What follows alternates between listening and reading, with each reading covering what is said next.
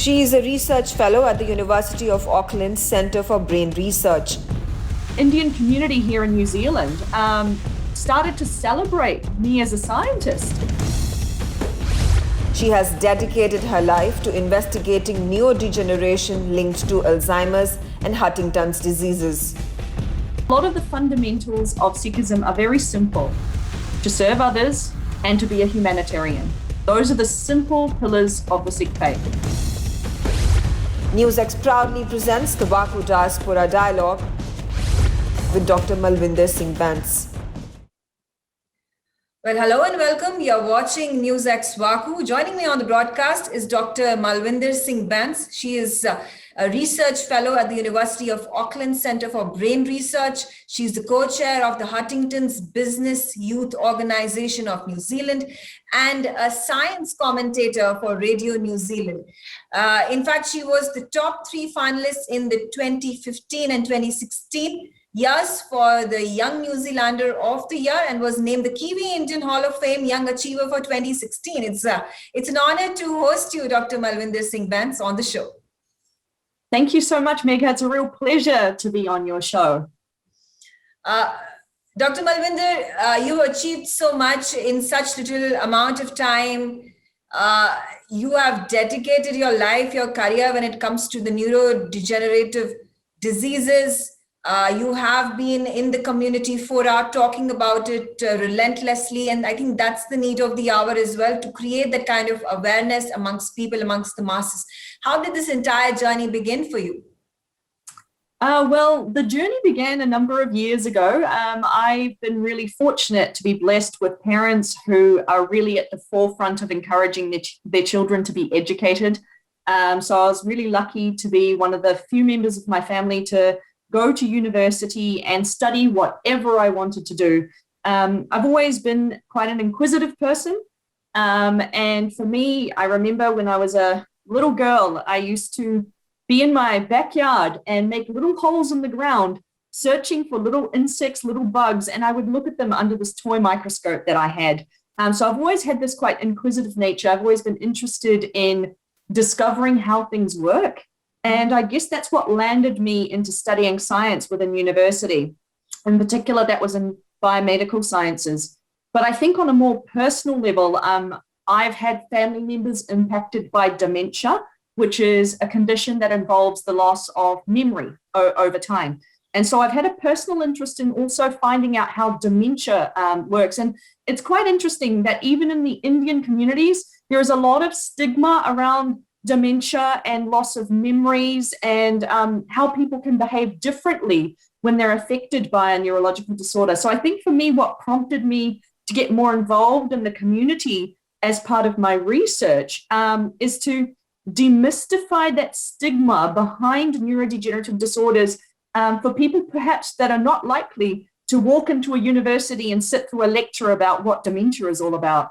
So I think for me, part of the service or seva I got involved with was walking into places like temples and gurdwaras and rest homes and schools and talking to our communities around what brain diseases look like. What should you be looking out for? What are the signs of dementia? What can you do to prevent dementia? And that's sort of how a lot of my service activity came out. And this is when all of a sudden, I think the Indian community here in New Zealand started to celebrate me as a scientist. And that was a really wonderful feeling because I didn't realize that it was a big deal to reach out in this way and go out into our communities to talk about what we do. I just felt like I was, conducting my moral responsibility to talk about some of the research that I do in the laboratory, some of the discoveries that I've made.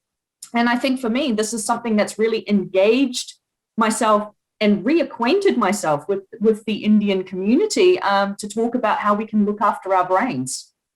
I think you're doing a commendable job, and congratulations to you to not only just mobilizing the Indian community living in New Zealand, the Sikh community, but also taking the larger society and bringing about awareness to the issue at hand, which is of extreme importance. You've also gone ahead and co-founded the Huntington's Disease Youth Organization of New Zealand.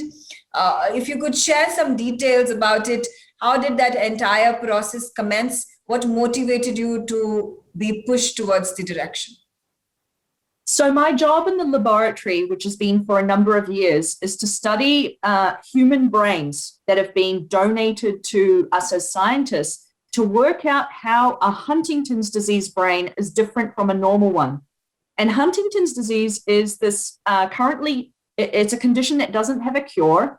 It looks a little bit like Parkinson's disease mixed with dementia. So you have a movement disorder that is mixed with memory problems, and it affects people in midlife. So actually people in my age group start showing symptoms of Huntington's disease. Okay. Now, the problem is that when someone's affected by a disease that makes them look different, the community looks at them differently. And while my mission in the laboratory is to try and work out and find new therapeutic targets to try and treat this disease, one thing I was hearing at the back of my mind from the community was, okay, it's all fair and well you're studying these brains of patients who have died, but what are you doing for the generation that's at risk? And because this disorder is caused by a single gene, it means you can inherit it, you can pass it on to your children. There's a 50% chance of this disease being passed on to your child. I quickly realized there was a lack of a support system to target young people who might be at risk of the disease. And so I teamed up with other family members impacted by Huntington's disease to start what was essentially a support group. But at the same time, there was a large international movement, which was entitled the Huntington's Disease Youth Organization of New Zealand, that was formed all over the world, starting with the United States and Canada, that's dedicated to providing educational resources for young people at risk. And these are resources tailored around what are your fertility options if you've been diagnosed with this kind of disorder? What does this mean for relationships? And so all of these things that we as younger people tend to be thinking about.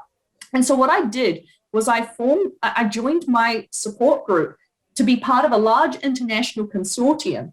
And so now this organization is a registered charitable trust that is essentially dedicated to providing support, advocacy, and essentially be the voice for young people impacted by Huntington's disease. And for me, it's a very rewarding seva because, you know, on one end, I'm working every day in the laboratory with my students and my team to try and work out this disorder. But at the same time, at the back of my head, I have this subconscious thought that, okay, until I come up with some sort of therapy with the rest of my scientific community, we still have these group of young people that are vulnerable. So this is the journey. I started this journey back in 2013, and now we're a full-fledged organization.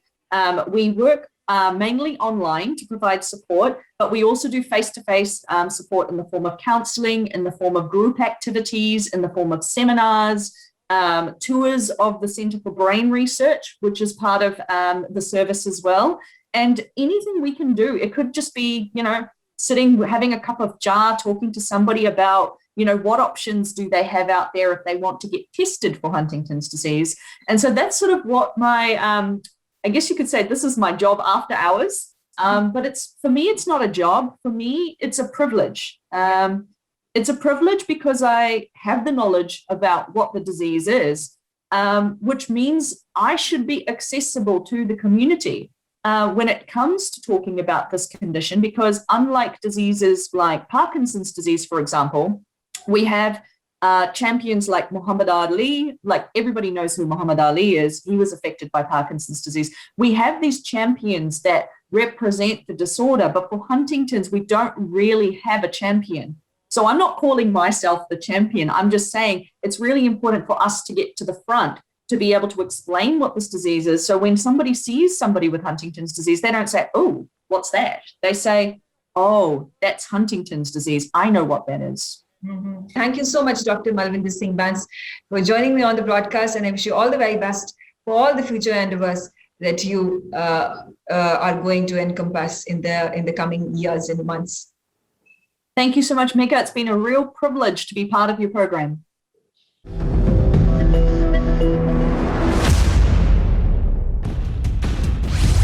He is the director and owner of McDonald's law firm in Queensland in Australia. The Indian diaspora has seized them, and I'd very much say our family and our story is very much the same. You know, it's the generations that start out doing what they've always known. He was the youngest partner appointment in his firm's 135-year-old history. My belief is that every person, every citizen has a responsibility to make our society better. NewsX proudly presents the VaKu Diaspora Dialogue with Lakhbir Singh. Hello and welcome. You're watching NewsX VaKu with me, Megha Sharma, and joining me on the broadcast is a guest from Australia, Queensland. Lakhbir Singh is a director and owner of McDowell's Law. It's good to have you, Lakhbir. And Great to have you too. My audiences are eager to hear about your story. I'm looking forward to telling it. Lakhbir, how was the transition like? Are you a first-generation Indian that has traveled from India in Australia, settled down for years, decades together, started off your own company? How has this entire journey been like? Yeah, so my story is a little bit interesting. My great-great-grandfather came to Australia to cut sugar cane at about the 1900s, so 120-year connection with Australia. Part of that sort of first wave of Indians coming out of India to Australia. And then subsequently his father came, and then my father, with the post-change of the White Australia policy, became the first technical citizen. But our connection with Australia goes back a very long time. Mm-hmm. How does it feel to be a third-generation Indian Australian living in Queensland? I'm sure there have been a lot of changes, setting up a base, building about a legacy by your grandparents, by your ancestors. It would have been a much more difficult step than to be already starting off on an established base. What are the kind of challenges you have gone ahead and faced in starting up your own company, McDowell's Law? You are an attorney. How does this entire setup work, from being sugarcane farmers to coming into the picture when it comes to studying law, opening up your own firm and widening your horizons? I think it's just like so many other stories of migrants, it's all about opportunity. And countries like Australia offer a huge opportunity, and the Indian diaspora has seized them. And I'd very much say our family and our story is very much the same. It's the generations that start out doing what they've always known, and then they aspire for their kids to do something more. So you go down a particular path of education, and then education opens up tremendous opportunities. So I joined McDonald's Law, which is a very old firm. It's 137 years now. And I started as an honourable clerk and was able to progress through the firm because it's very progressive and has a lot of opportunities available. We're based in the state of Queensland, top and tail, 2 office locations, top and end of the state. And I've just been able to make the most of those. And like I said, I think the opportunities that presented themselves, my family and others and so many other people that have come out subsequently have just grasped them and made the most of them. So I'm very fortuitous in that way. Absolutely. I mean, that's a success story right there, and putting you on the pedestal when it comes to Indian Australians and the successful work that they're doing, the diaspora community across the globe, and particularly in the continent of Australia. I would also like to ask you about the endeavors that you have taken up in terms of giving back to the community. I'm talking about the Australian community as well as the Indian Australian community. If you could talk to us more about it. 2 tracks. So one has been, I built a director career, so non-executive director on a few different boards. Primarily, they are now in the health space. So COVID has been a fascinating time to be involved in a health and hospital board. And that's been part of the psyche of our family, and I think the organizations have been involved in. It's all about giving back to the communities that you live in, you work in, and you want to make a long-term impact. And particularly the way I've gone into the health space in that non-executive director career has been amazing, because you can make long-term impacts. And health, as you know, is an area that matters for everyone in the community. So that's been one track. And then the other track has been giving back from a heritage point of view. So from an Indian diaspora point of view, from a Sikh diaspora point of view, probably in my late 20s, I felt that there was a bit of a gap. I was talking to a friend of mine, and we both said, look, we've done so much just in the general professional world and business world. but we haven't actually probably done as much from a Sikh and an Indian diaspora perspective. So we reached out to a few contacts in other parts of Australia, and that's the Young Sikh Professional Network, and then got involved with Australian Youth Dialogue. And so it's been amazing to connect with these tremendously talented individuals and trying to make an impact to the next generation that's coming through. Do you also feel in the past decades or maybe 5 years, there has been a tectonic shift in the way the Native community looks at Indian Australians? Have there been an increment in the number of Indians traveling overseas, especially in Australia, to build a life and career for themselves? Very notable, absolutely notable. When I recall going to school, I don't really recall any other sort of brown people, if you want to describe it as that. And then, fast forward to my kids now who are in school and high school, and there's obviously a very diverse group coming through of people from lots of different countries, and also a lot of Indian diaspora individuals. So a huge shift. I think I'd say the most notable shift occurred late 90s and 2000s when large groups of students came to study in Australia, and those have now settled down and they've now got children. So they're starting to see their second generation emerge. So we've definitely seen that occurring. But the way I sort of look at it is there's just been a lot of great impact made by those that have come to Australia. You're starting to see them involved in all sectors and spaces, from the arts, the music scene, to being involved in obviously the traditional vocations, as well as business and the executive director land. And what I can also notice is that they're migrating outside of the big metros. So Sydney and Melbourne, where the larger waves first came, have now spread into places such as Queensland and Western Australia. Brisbane, Perth and other cities are seeing more and more, and they're going into regional cities. So you're definitely seeing that effect across the entire country. Has that spillover also been in the policy sector when it comes to policy and bureaucracy? There have been quite a few Indian Australians that have, at this point of time, been at the forefront when it comes to politics. So is that a natural succession that the Indian Australians, keeping in mind with the plethora of opportunities that they have gotten, and also in terms of the seepage of the Indian Australians within the continent, it's going to be representation of them in politics and bureaucracy, an equally important and a natural progression? Definitely seeing more and more aspirants to the political scene. Each of the elections that I see now, be it a local government level, a state government level, and a federal government level, you're seeing more of the seats being contested by people from an Indian diaspora background. And I suspect that'll continue to grow, particularly in those locations where there is a higher concentration. Then those issues that are important for those people need to be represented by members that they feel are truly reflective of them. I think also more generally in terms of the bureaucracy and generally in politics, those shifts are coming because Australia has been a very multicultural society. And over the last 30 or 40 years, that shift has occurred not only just in the Indian diaspora, but in all those other multicultural societies and nationalities. And you're seeing that that's transpiring into our politics and into all facets of Australian life. Absolutely. Thank you so much, Lakhbir Singh, for joining me on this special broadcast of VaKu. I wish you all the very best for all the future endeavors that you wish to achieve.